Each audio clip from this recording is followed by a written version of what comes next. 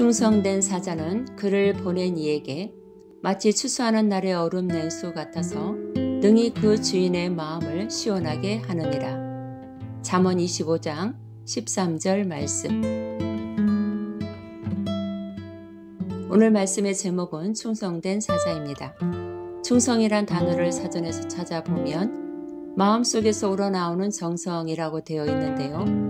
가식적인 마음이 아니라 진실된 마음으로 매사에 정성을 다한다는 뜻이죠. 어떤 일이든지 주어진 상황과 여건 속에서 마음으로 최선을 다하는 것과 그렇지 않은 것은 삶의 질이 다릅니다. 본문에서 사자는 메신저입니다. 보낸 자의 메시지를 정확하게 전달해야 할 의무가 있는 사람이죠. 오늘날에도 국가 간에 중요한 현안이 있을 때 특사를 파견합니다. 특사는 개인적인 자격이 아니라 국가를 대표하는 사람이고 보낸 이의 뜻을 잘 파악해서 성과 있는 결과를 내야 합니다. 그러므로 사자의 역할은 대단히 중요합니다. 그렇다면 어떤 사람이 충성된 사자일까요? 첫째, 충성된 사자는 누구에게나 신뢰를 받는 사람입니다. 여러분에게 현금 100만 원이 있는데 그것을 잠시 누군가에게 맡겨야 한다면 과연 누구에게 맡겨야 할까요? 답은 하나입니다. 믿을 만한 사람에게 맡겨야죠. 믿지 못하면 어떻게 맡기겠습니까? 충성된 사자는 믿음직합니다. 성실합니다. 책임감이 있습니다. 윗사람에게 잘 보이려고 아첨하지 않습니다. 아랫사람을 함부로 대하지 않습니다. 과정에 충실한 사람이고 주어진 일의 결과를 위해 최선을 다하는 사람입니다. 세상에서도 이런 사람을 신뢰하는데 하물며 하나님께서는 어떻게 보실까요? 여러분은 어떤 사람이 되고 싶으십니까? 기본적으로 신뢰를 받을 만한 사람이 되십시오. 상황이나 환경에 따라 이리저리 흔들리며 눈치 보는 사람이 아니라 무슨 일을 하든지 하나님 앞에서 하듯이 사람 앞에서도 매사에 마음으로 하십시오. 작은 일 하나에도 마음을 다하여 진실되게 행하면 누구에게나 신뢰를 받는 사람이 됩니다. 둘째, 충성된 사자는 마음을 시원하게 해주는 사람입니다. 사자는 자기를 위해 일하는 사람이 아닙니다.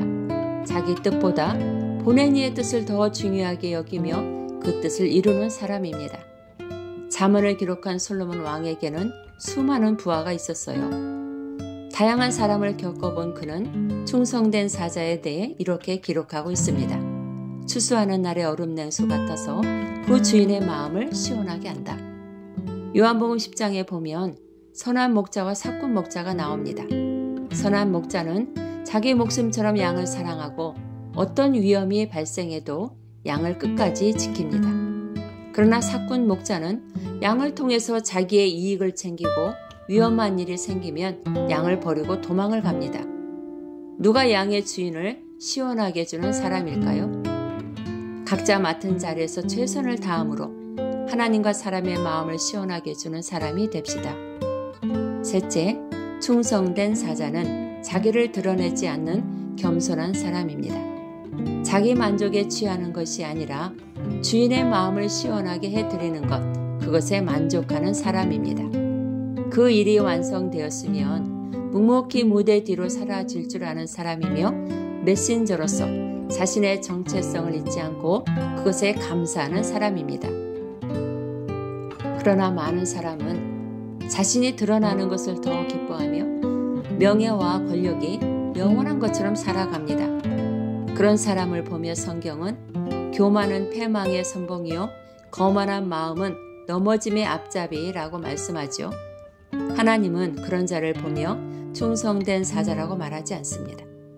그렇다면 이 시대를 사는 우리의 모습은 하나님 앞에서 어떻게 비춰지고 있을까요? 우리 모두 하나님 앞에 서 봅시다. 현재 우리의 모습을 보시면서 무엇이라고 말씀하실까요? 지난 시간은 이미 과거가 되었습니다.